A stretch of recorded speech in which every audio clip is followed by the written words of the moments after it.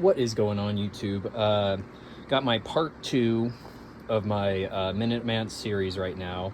So did part 1. That's, I guess, if you want to call it line 1, EDC, whatever it is, just my base layer of everything. Okay, with my with a little bit of, I would say, weapons capability. Okay, not very much, just a little bit. So this is the, I'd say, part 2. This is the battle gear. This is everything needed for combat and to sustain yourself for at least 24 hours. Okay, I say at least, at most 24 hours. So very simple. Everything here is just meant to complement the part 1 or my first line of stuff, my EDC, whatever it is, and then also it'll also kind of play into the part 3 that'll be after this, which is the pack. Okay, and that extends the capability, closer to 72 hours than 24. Okay, so with everything, I'd say max capability could go more than 3 days maybe, but I'd say food and water kind of really will limit it. So going on, let's start at the left here. Actually, let's start at the top. Actually, even better, start with what it is actually. Okay, let's look at the nice numbers there. Boom. Okay, it's an H harness by Eagle Industries, and out of I've had quite a few different load bearing kits and setups, Alice gear, flicks, varying like Rhodesian setups, or the weird chest rig with a plate carrier in the front thing. Like, I've done it all. I've used a little bit of everything, and I have found, at least for me and my body type, this thing fits the best. Okay, it's got a lot of real estate. It's incredibly comfortable. This whole back panel hugs against your back really well and allows that weight to be distributed nicely, especially, and it also hugs your hips well. So 10 out of 10 on the Eagle Industries H harness. I don't have anything but good things to say. But in the sustainment pouch, I think this is just water. Yeah, just some water. And if I need to throw food in there, I can. So one thing I really love, these sustainment pouches. They're freaking awesome. A lot of versatility, and they hold a lot. Okay, and luckily the back panel fits it perfectly. So got that on that side. Hose with just a little bungee thing to keep it right there.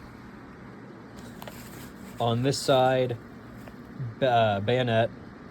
I guess it would be. I have my primary knife, but I struggle with the bayonet.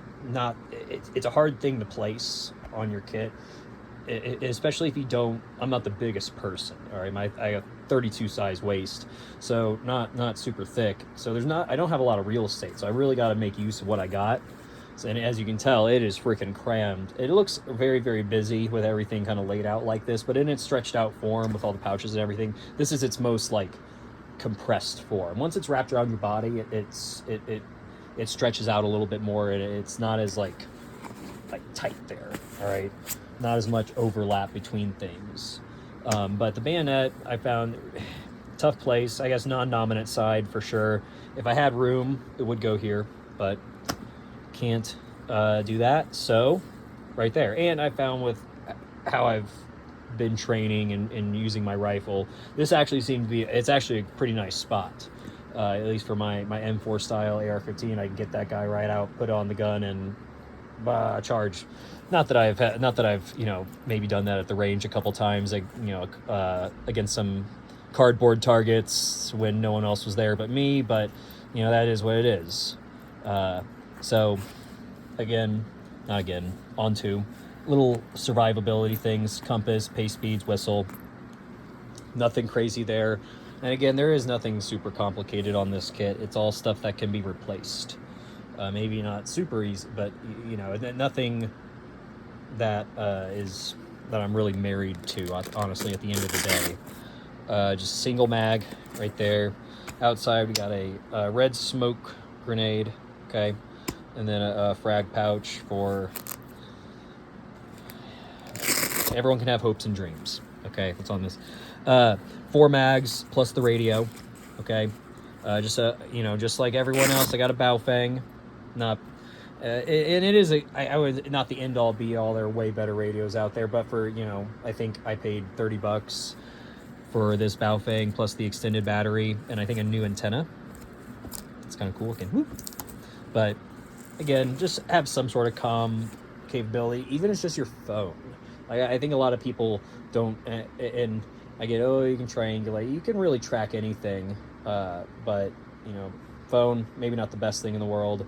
But depending on the situation, whatever that might be, I'm not saying what it is, but it might be necessary over a radio or a better option. But that, again, situation will dictate that. Cross that bridge when you get there. Best to have multiple options, okay? At least for my radio, I've got it set up to a few emergency channels and a few different I can't remember what it is, because I honestly didn't set it up personally. I set up the emergency channels, and then the GMRS-ish, I think that's what it's called, channels were set up by a buddy. So it is capable. I've used it quite a few times, and hey, for range day stuff, it is a great little radio.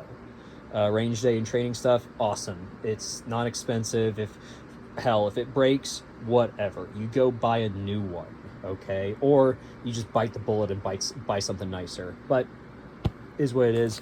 I got a little mini blowout kit, so it's a tourniquet, and in the bag we got gloves, Nargauze, duct tape, and wait, did I say gloves? Yeah, gloves, Nargauze, duct tape, and then Sharpie. Okay, so very, very minimal. I am going to add some Celox gauze. There's one thing I'm going to add, and I've got it on the other side too. One thing I want to add to this, and that I think is incredibly minimum blowout kit. Okay, IFAC. I feel like I've gone over this before in a video, but see, whenever it's all stretched out or I'm wrapped around my body, this comes out pretty nicely because I got the grab handle. But let's just go. And again, I cannot say good enough things about these DCU. I think that's the camo color, desert camouflage, blah blah blah, whatever. But whatever it is, it's the 3-color desert camo. These inserts are freaking bomb. Okay, they're not super expensive. They're sturdy. They're a little big, definitely big.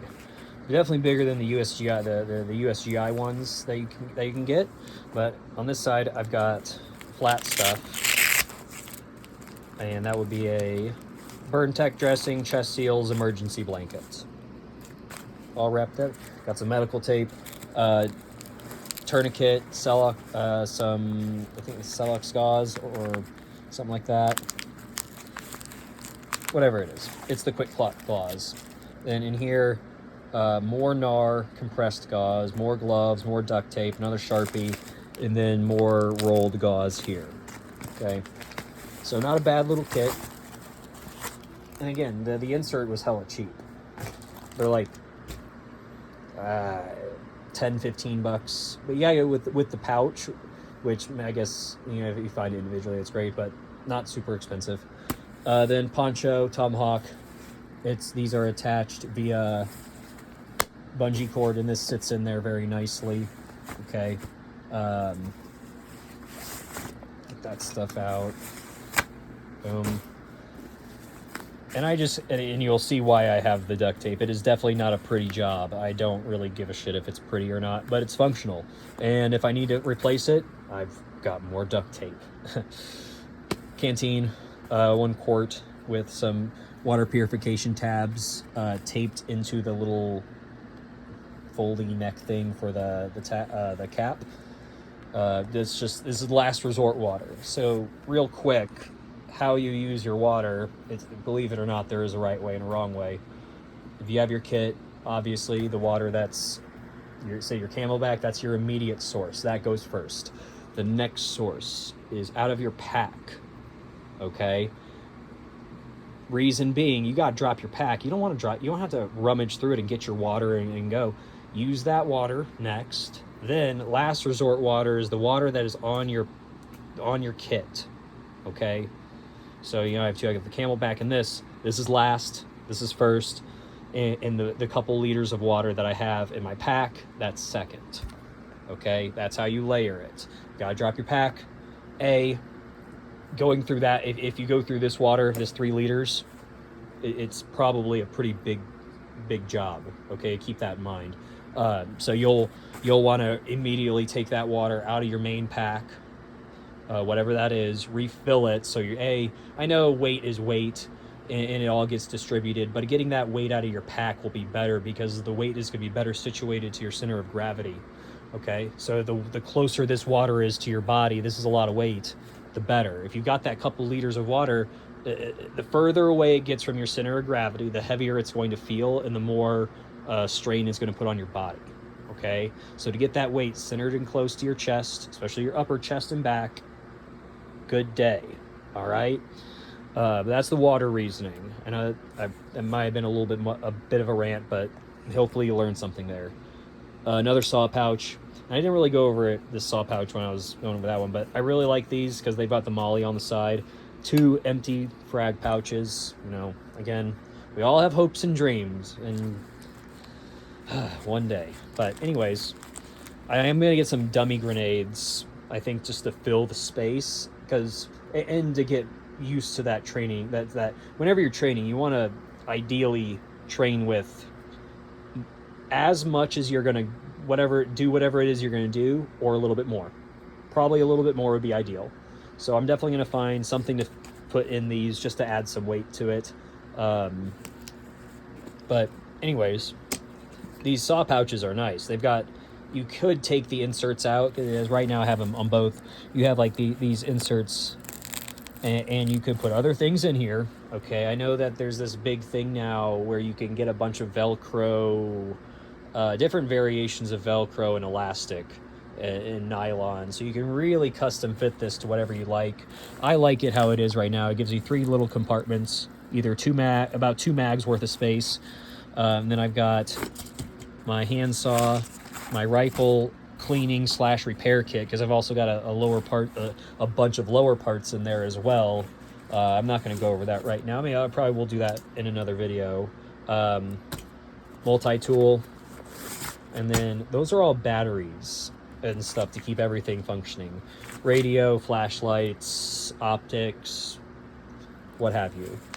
2 more mags, another mag right there, another little mini blowout kit. It's no different than the one on the other side. But that is pretty much everything. Oh, one more thing let me get. I'm going to set this down. I'm not going to edit that. These people, I don't get paid enough to do this. Actually, I don't get paid anything to do this. One last thing with the battle gear is the armor. So this is a slick plate carrier. I think I call it chicken plate carrier or some shit like that. I don't know. Either way, it fits my level 4 RMA 1055s quite well. And this would... ideally, this would probably get put on in that first layer of stuff, but I completely forgot about it. But 2 level 4 RMA 1055s, I think that's the correct number. I think this front one is I think they're both curved to fit contours of the body, but definitely something good to have. All right. So that is basically everything. Oh, one more thing. This is going to be I don't really want to... How do I want to do this? I'm just going to do this. So see that guy right there? That's a kidney pad off of an Alice pack. I just had it lying around, and again, I don't have the biggest waist or the biggest hips, so I need something to hold on to my haunches. All right, so I added the kidney pad, and it gave that little bit of extra padding, and it sits incredibly well on my hips and low back. So whenever I put this on, the weight is distributed evenly throughout my hips, not the short. A telltale sign to see if your load-bearing kit is distributed evenly is where you're feeling the pressure and the pain. If you're feeling a lot of pressure on your pain on, say, both shoulders or one shoulder versus the other, that will give you quite a big indicator on either what side is heavier, or if it's just if it's not distributed well at all. Okay. Obviously, if your right side is starting to hurt a little bit, you probably have a lot more stuff on your right side. And one of those things I had to do, I had to switch these two things. I know it doesn't seem like a lot, okay, but on this side, I actually have something in this, okay, and on this, the bayonet, and I know this stuff doesn't weigh a whole lot, but with this over here, it was not even. I switched them. The IFAC's not going to be as heavy as a quart of water in the actual canteen, so made the switch infinitely more comfortable. But it's just one of those things you got to actually put stuff on and wear everything, armor, BDUs, all that stuff, and get it squared away. So that is everything for the battle gear. All right. Appreciate you guys, and I'll see you next time. Thanks. Bye.